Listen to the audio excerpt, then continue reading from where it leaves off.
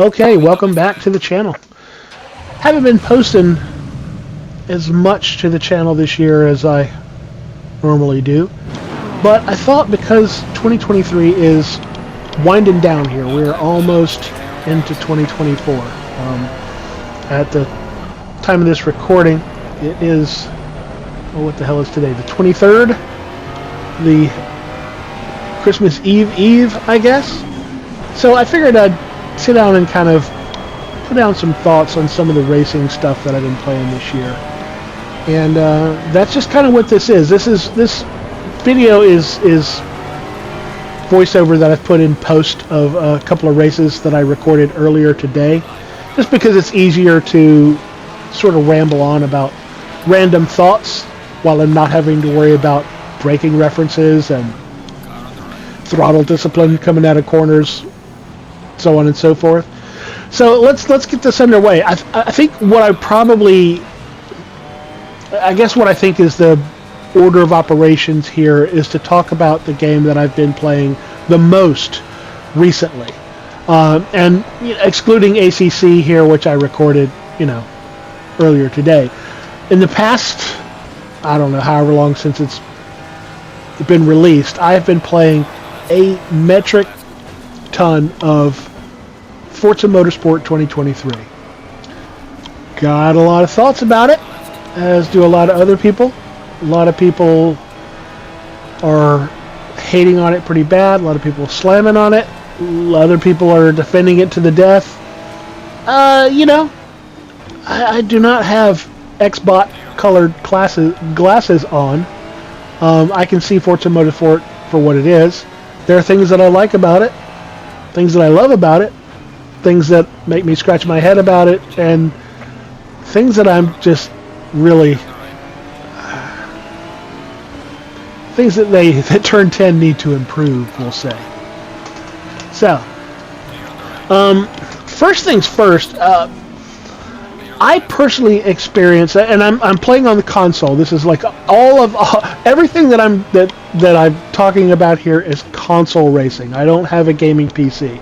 So I play mostly games on my PlayStation 5 and my Xbox Series X. So playing Forza Motorsport on the Xbox, on the Series X, I've had an incredibly buggy experience. For most of the time I've been playing Forza Motorsport, I could not get the thing to run for me for more than 60 to 90 minutes without it crashing and booting me back to the Series X dashboard.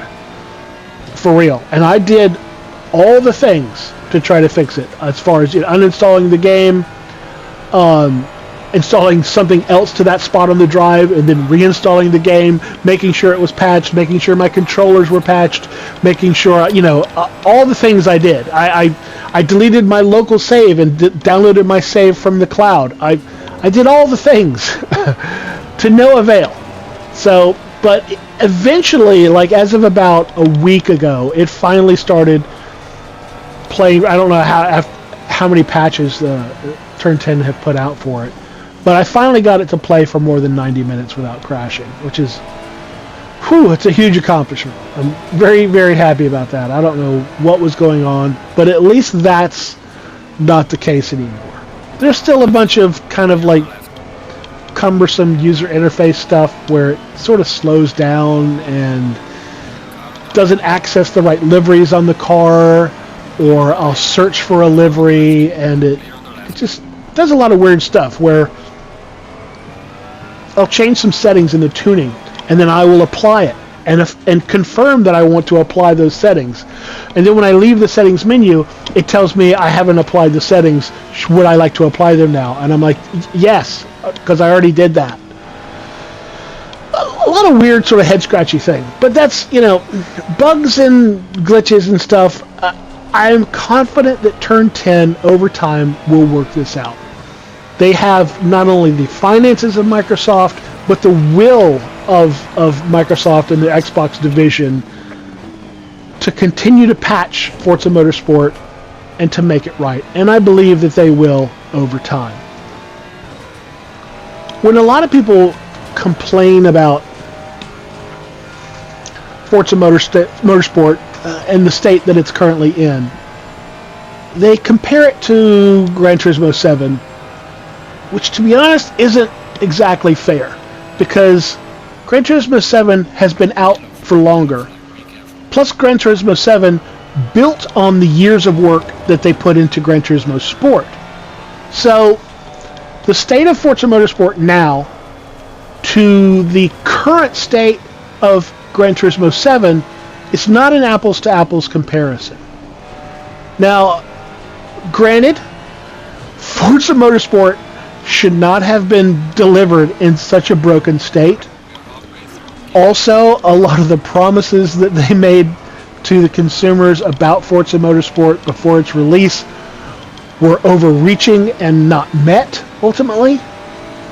And I will even concede that on a lot of levels, many, most, whatever you want to say, I'm not going to, like I say, it's an unfair comparison, but I will say Gran Turismo 7, as of right now, is the better game. I'll concede that, and I love both of them. But, like I say, in its current state, it's not a fair comparison. I believe that because Turn 10 and Xbox Studios, they want to sort of make this Forza Motorsport into, I don't know if you want to call it a live service game, but a game that has continued to be supported and updated over time. I mean, they've come out and said they've already released at least one new track, and they keep releasing cars and stuff for it, which is cool. They've also told us that the Nordschleife is coming, I think spring of next year or whatever, which is great. So their plans are to continue to support Forza Motorsport in the future with patches, with adding content and features and just stuff to do. And I'm taking them at their word. I think that they will actually do that. And good Lord, I just got to pause right now and just look at ACC. This is I think it's the Ferrari 296 is what I'm looking at here. So what I drove here at Watkins Glen. And man, I'm so in love with this car. Look how beautiful that is. I mean, the Ferrari 488 is a great car, and I love that car. But the 296, there's something about the styling with that sort of, that elongated ellipses, that sort of oval taillight section. It just, the styling of it is great. Those colors are great. But anyway, back to Forza Motorsport. They say they're going to continue to update it and add features and content and to do fixes. I believe them. So I think once Forza Motorsport has been out for 3, 4, 5 years, it's not going to be the same game that it is right now. It's going to be a lot better. Aside from just its current state that it's in, we'll say, other people have complained about some of the way that they roll out the content to you, that they almost sort of make you do practices before races, and they won't allow you to upgrade the cars until you've put a certain amount of mileage on the car without it being upgraded. And a lot of people hate that. But you know what? That's a subjective complaint. That's not objective. That's not, hey, the game is broken. The game doesn't have this feature or whatever. I don't like the way that they've presented that. And that's fine. That's their opinion. They're entitled to it.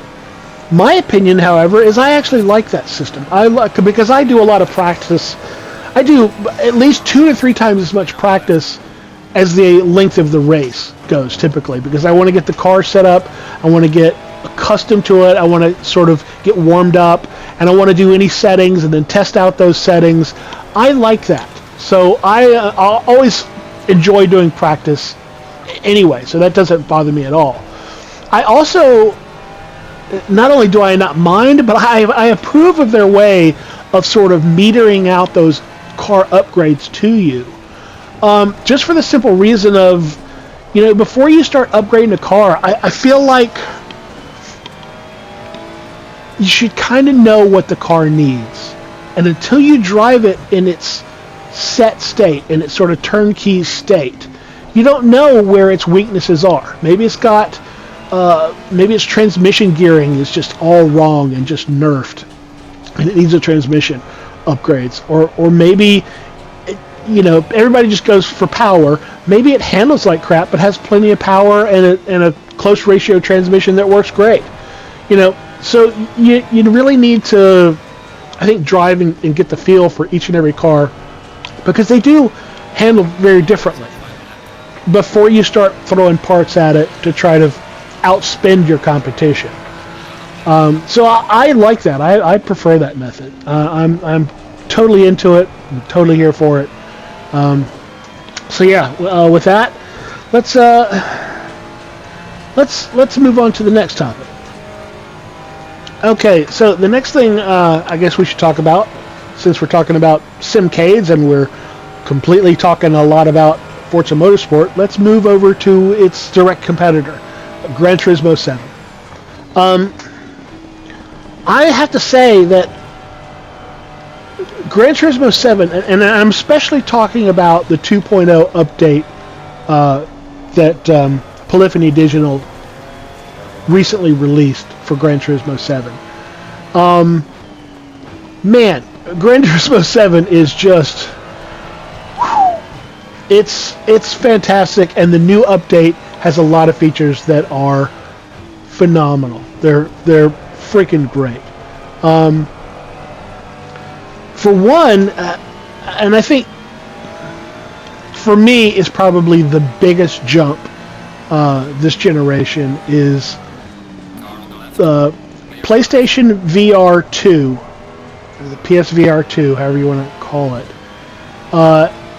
combined with Gran Turismo 7, is finally everything that I wanted out of a virtual reality Gran Turismo game. It's everything. Like when I first played on the original PSVR on the PS4 with Gran Turismo Sport, I thought it was amazing, but the fact is basically you could only hot lap around a track by yourself in VR, which, if it's the first time you've ever gotten to do something like that, which it was for me, was kind of mind-boggling.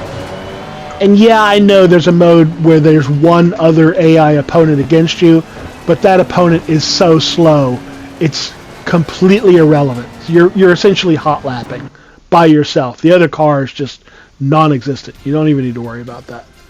But with PSVR 2 and Gran Turismo 7, it's pretty much the whole game. It is all the single-player stuff in VR. That includes all the career mode races. All the races you want against the AI opponents are all in VR. It's all the multiplayer stuff. You can go online in multiplayer in VR and play other people online, and it's all in VR. It's fantastic. And the PSVR 2 is a lot better than the PSVR 1 in so many ways. But man, that has been a huge upgrade. I wish I could play every frickin' racing sim or simcade in VR. It's fantastic.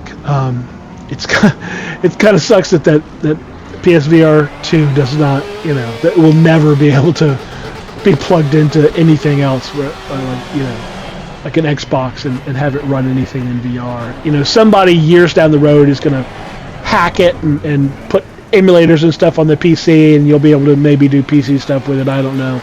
That would be great. But for now, it's an incredible feature. But back to the Gran Turismo 7 2.0 stuff.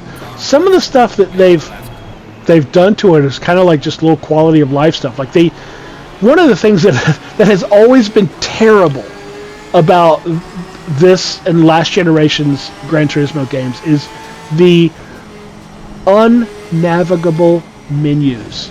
The labyrinthine, Byzantine sets of menus and sub-menus and sub-sub-menus and sub-sub-sub-menus, and the ways you have to work around that game are such a pain in the ass. And they're still not great, but the 2.0 definitely made some improvements that were a lot better. I'm not going to talk about all the stuff that annoyed me about Gran Turismo 7. Trust me, there's tons of it. And if this video comes out, I love GT7 and I hate Forza Motorsport, it's not. I like them both. I love them both. There are things that Forza Motorsport does better than Gran Turismo. There's just more things that Gran Turismo does better than Forza Motorsport for now. Like I say, they're not at the... Gran Turismo has had years of head start on the current Forza Motorsport, which I know has been in development for a long time, but whatever. So, the other thing that's great is that they've revamped the physics a little bit in Gran Turismo to make them better, but they've permanently put that AI Sophie in the game, which is not quite as unbeatable as it was in the beta test or whatever, that first Sophie 1.0 that they put in the game temporarily and then pulled back out. They've actually tuned this to where you actually can beat the new Sophie 2.0, which is cool. But that Sophie is the best. It's the best computer-controlled AI that I've ever raced against. It behaves the way you would expect another human to behave, mostly, with some exceptions. The way that AI cars run in single-player racing games is super weird. I mean, they do things like mid-corner braking, which, if you're following closely, you're almost always going to rear-end the car in front, because no one brakes like that in real life. They just do weird shit. So, kudos to Polyphony Digital for coming up with that Sophie AI software. It's wonderful to race against. Honestly, I don't know how. I'm not entirely sure how it works. I kind of suspect that it's the Sophie AI. I don't think that's running locally on my PlayStation 5. I have a strong suspicion, because I don't know, and if you know, let me know in the comments or whatever. But I think that Sophie AI is probably running on their server farms. Is one of the many reasons that you need to be connected online to be able to play GT7 in any meaningful way. Because I think that Sophie AI, the processing is being done on a farm, and they're being delivered to you over the over the PlayStation Network to your PS5. I don't know that for sure. That's my speculation. That's my hypothesis. But if it's running all those separate AI controlled racers on the PlayStation 5's CPUs or whatever, that'd be pretty impressive. But who knows? Okay, but that's GT7 kind of in a nutshell. I've been playing that probably, I don't know, as much as anything here recently. But let's get on to the next topic. Okay, so while we're sitting here watching a replay of a race that I did, as I trundled across the gravel trap there, missing the second apex of the chicane, while I'm still watching the replay of that race from Donington in that beautiful, badass Porsche, let's talk about ACC. So, Assetto Corsa Competizione, they, speaking of games devs that just continue to update and improve their games, man, it reminds me of, I realize they're very different games to people who know racing games. ACC is hugely different from Forza Motorsport. I know that. Spent hundreds of hours in each, but one of the things that ACC reminds me about Forza Motorsport is because when Assetto Corsa Competizione first launched on the consoles, it was a buggy, crashy mess. It was absolutely and utterly broken. The game would constantly crash. If I made an adjustment to a car that maybe went out of their sort of nominal window of operation, the car would just break and freeze up, and then the game would seize up. It was a mess. Over the years, they've continued to support ACC, and over those years have have improved the physics, have improved the stability, have added features, have added content, and ACC is it's 10 times the game that it was when it launched. And I could tell at launch it was a great game because when it wasn't crashing, when it wasn't broken, you could just feel that this thing is 100% the best racing simulation that has ever been released on consoles. Period. And I still maintain that to this day. I don't have a gaming PC. I realize there's lots of other options on PCs, games or sims that I do not have access to, so I'm not comparing it to those. I'm only comparing it to other console racing games that refer to themselves as simulation. There is not a better one on the consoles. ACC is amazing. Yeah, other games, other sims will offer you a much wider variety of cars and tracks, but ACC is focused on mostly bringing GT3 stuff, but the physics simulation is second to none. Now, it's sort of the one, not exception, but almost exception, would be their original game, Assetto Corsa, which was released for consoles, I believe 2014, so we're looking at, 10 years ago. But AC, the original Assetto Corsa on the consoles, is not remotely the same game that Assetto Corsa is on the PCs. Because on the PC, they have mod support, which these mods have created whole new graphical sets, added tracks, added cars, added features that are just beyond, because the original AC is not supported by the developer anymore, but it is supported by a vast and talented mod community that has transformed that game into something that is far beyond anything that people who play games on the console can get any access to. But I still, having said that, I really love the original Assetto Corsa. But let's we'll sort of work our way back to ACC here. Speaking of adding content and features, originally when Assetto Corsa Competizione came out, they said, look, there's never going to be a Nordschleife in ACC because this is a licensed GT3 game based on the series in the real world. It was called then the Blancpain World Challenge, Blancpain GT3 Challenge, now called the Fanatec. It's run by the SRO or whatever, so it's never going to have the Nordschleife in it. Well, now they've announced that next year the Nordschleife is going to be in ACC. And they've also announced that GT2 cars are going to be coming to ACC, which all this blows my mind because originally ACC was pretty much just almost exclusively GT3 cars.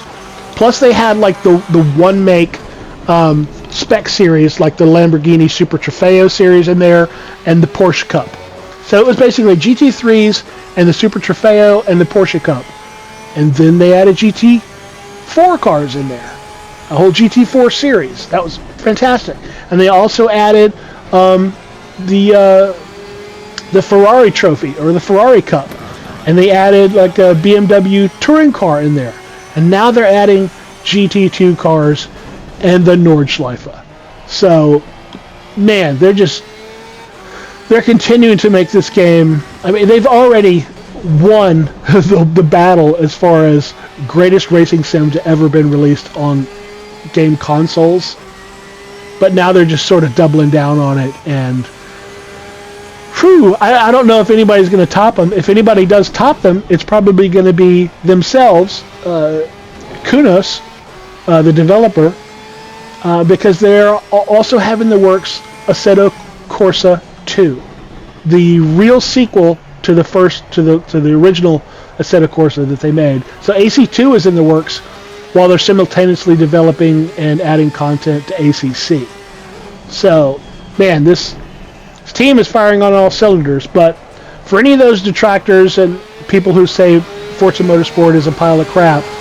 Well, look at the state in which ACC released on the consoles. Then it was a pile of crap too. Okay, I understand. Forza Motorsport is never going to evolve into ACC. They're different things. But I'm just saying that when Turn 10 and Microsoft continue to support and update and fix and add content to Forza Motorsport, it will be a much better game. I've often heard people talk about when ACC was still in beta on the PC in early access mode for people who played it on the PC before its original full 1.0 release was completely broken piece of crap. So I'm just saying, these games, if they're continually supported over the years by the devs, they can evolve into something that is more than what they were at launch. And speaking of launch, Ermagerd, look at that Lancia Stratos. Oh my goodness. Which leads us to our next topic, EA WRC. Let's get into it, y'all. And EA Sports WRC is no stranger to launching in a kind of busted state. So I guess since I've said that, we'll start out with the bad first. The game has some problems, y'all. However, there's a silver lining to that cloud that's probably bigger than the cloud. So, as of right now, even on consoles, there's a bug that when I first launched the game, the developers put up a message that says, hey, we know there's a bug that's causing the game to crash in career mode. What we recommend right now is that you not have anything to do with career mode and do some other stuff until we can release a patch to fix it. So right now the game devs are recommending, hey, you know that part of our game about the career? Yeah, don't play that yet. That's busted. So I'm playing other parts of the game right now. I'm playing like time trials and whatnot. And I have to say, there's some other stuff here too that's pretty janky. I think my major problem with EA's WRC on the console right now, it's not the career mode. I'm sure they'll get that fixed. But there is a real issue with screen tearing in the game, if you're familiar with screen tearing and what that effect is. Now, I'm looking at on my recording that I made earlier today, and I can see it in the recording. But by the time I create this file and save it to my hard drive, upload it to YouTube, YouTube does their compression crap to it and all this kind of other stuff. I don't know if this screen tearing is going to be visible to you by the time it's gone through 2, 3, 4 different post-processing filters between the PS5's recording and YouTube's stuff. So I don't know if you're going to be able to see the screen tearing, and I don't have anything that counts frames either, so I can't tell you what the specific frame rate is. But it feels like the frames are really dipping when you see that screen tearing. Maybe it's psychological. Maybe it's just this when the screen tearing happens, it messes me up. And trust me, I'm not blaming my ineptitude at rally racing on screen tearing. I suck at rally games, okay? First and foremost, if you are good at rally games and you're watching this right now, just trigger warning, this is probably going to be painful for you to watch because I'm terrible at rally games. Also, because I'm terrible at rally games, I'm going to be bouncing off of guardrails and rocks and destroying a beautiful Lancia Stratos in the process.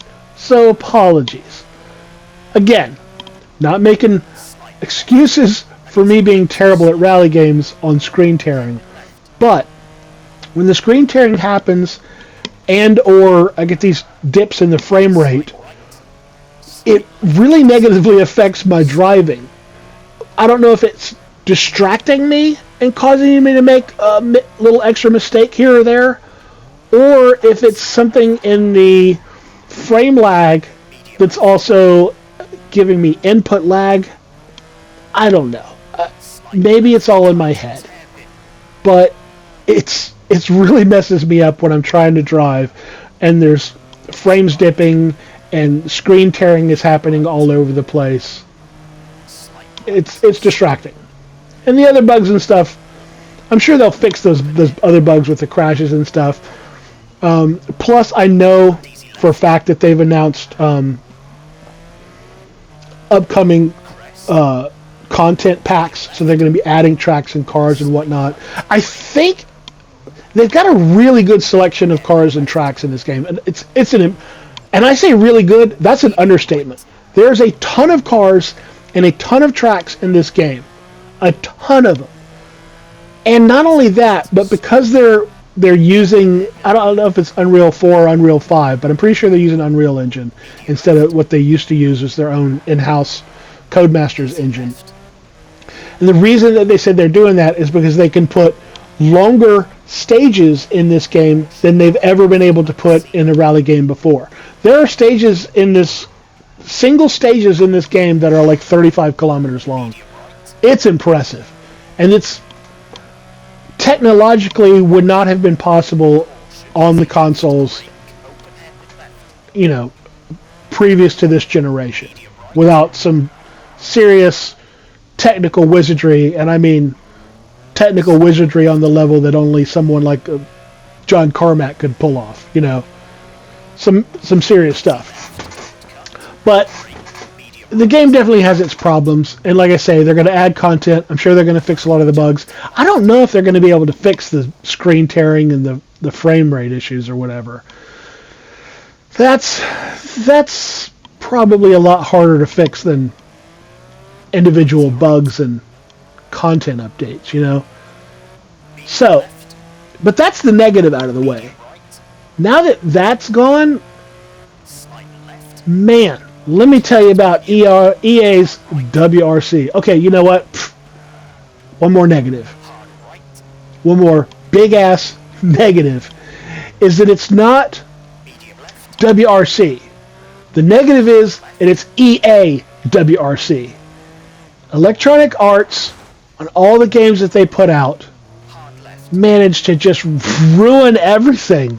You have to sign up to an EA account to be able to play their games online or to upload your scores to leaderboards. You have to have a separate account with EA, to be able to play online.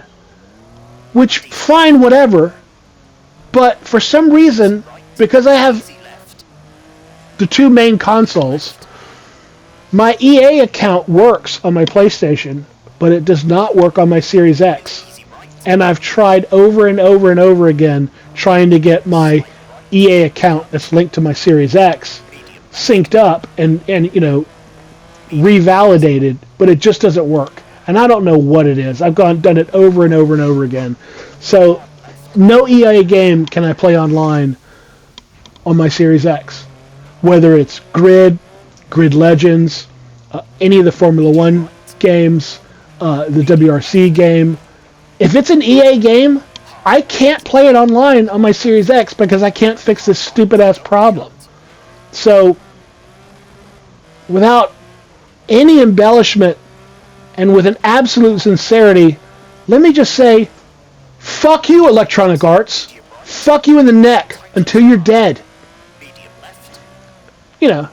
Other than that, you're cool in my book. So, okay, back to what's good about this game. Fucking EA. Okay. When it comes to rally games, I missed another negative. There's one more. But wait, there's more. There's got to be a better way. So, one of the more negatives about this WRC game, and I don't think it's really Codemasters' fault. It's not even EA's fault. is that this game does have a ton of cars and a ton of old classic cars, but I think there are some notable ones missing. There's some notable exceptions to that. And as far as I know, they mostly tend to be some of the classic Toyota rally cars. Now, the modern Yaris is in here, the Gazoo Racing Yaris, but some of the classic Toyotas in there, and from what I understand, it's kind of like a licensing issue with Toyota, whether they've licensed those cars out exclusively to another developer, or whether they're just stingy with those licenses, or they overvalue them and they price those licenses so high that no dev team can rightfully afford to pay for them and still pay to develop the game that they're supposed to be in. I don't know what it is. It's some behind the scenes inside baseball bullshit that's keeping some of these classic cars from being in here. That's not Codemaster's fault, and again, not even EA's fault. Don't let the door hit you on the ass in the way out, Bobby Kotick. Dork. Anyway, so that's EA WRC. That's most of the down stuff. But again, there is a shitload of cars that are available, and the modern WRC cars are the pinnacle of racing technology. These things are insane. When you like any of these racing games that are WRC, I tend to go out in the classic cars first because it's kind of my favorite thing to do. But then I'll try the modern cars, and these modern hybrid cars, and they were like this in the old Kiloton games too, is the modern cars are so futuristic. They have so much power and so much grip. It's like science fiction when you race these things, especially right after you've acclimatized yourself to a specific stage in a classic vintage car, and then you redo the same stage in a modern WRC car. I think they've got a turbocharged 300 horsepower internal combustion engine, and they have hybrid motors with electric motors that add another 200 horsepower to it, and they've got these big spoilers that give them aerodynamics, and they're all four-wheel drive, and they accelerate and grip and turn like it reminds me of playing like Wipeout on the original PlayStation when I was my early whatevers. You don't need to know how old I am. I'm old AF. It's like science fiction riding those new modern cars. It's crazy. And the length of the tracks and the amount of the tracks that they have in this game are incredible. Previously to this game, most people will agree that the original sort of high water mark when it comes to console rally games was probably Dirt Rally 2.0. People harken back to that was the best rally game to ever hit the consoles. If they can get this bugs worked out in this WRC game, this current one, which I believe they can, given enough time and enough effort, they will do that. I have confidence that this game will be fixed. I can say once those issues are addressed, this will by far surpass Dirt Rally 2 as the king of rally games on console. Much better than the Kiloton games. I hate to say it, those games were fun. Those games were cool. This is better. The physics are updated to where the tarmac feels like tarmac. The snozberries taste like snozberries. You know, it's just better in almost every single way against Dirt Rally 2.0 right now. And when they fix the things that are wrong with it, and they add some more content, and maybe eventually they'll get the license for those classic Toyotas that I don't think they have right now, this is easily going to be the best rally game on any console ever. Again, don't have a gaming PC. I've never played Richard Burns Rally. Don't at me, bruh. Unless you want to buy me a gaming rig, then buy me a gaming rig that's a PC, and I'll play it, and then we can talk about what's the best. I can only talk about what's best on consoles. PlayStation 5, Series X. So, that's WRC in a nutshell. Love it. It's crazy. While we're on the EA tip, I also did recently buy F1 23. That's published by EA as well, also made by Codemasters. I don't buy those games right when they come out because honestly, I love to watch Formula One. Playing the F1 games, it's kind of not really my. Doesn't flip all my triggers, but it's fun to do from time to time. And as of like right now, until I don't know, for at least a few weeks. F1 23 is on sale for $20 on the PlayStation Network. And I was like, I don't play F1 games that often. But you know what? Whatever. I'll play for $20? Yes. Yes, please. And that, again, it's got all that EA mess in it. And plus it has all this legacy, these bunch of issues in it that I really don't like about the game as far as the way the settings work and how convoluted some of those menus are and the way they spread out the options and sometimes make them available to you and sometimes not within the same game session. Just some of this stuff does not make any sense at all. But it's $20. It's a Formula One game. It's got all the licensed tracks. It's got all the teams and drivers. It's even got several. This year's even has several of the races that Formula One didn't go to this year. Of course, there's Imola, but Imola was on the calendar. F1 just didn't go there this year because of the horrible, tragic flooding that had happened at Imola in San Marino or whatever. It just was not, the race was not able to happen. It was not, saving people's lives and property was this priority there.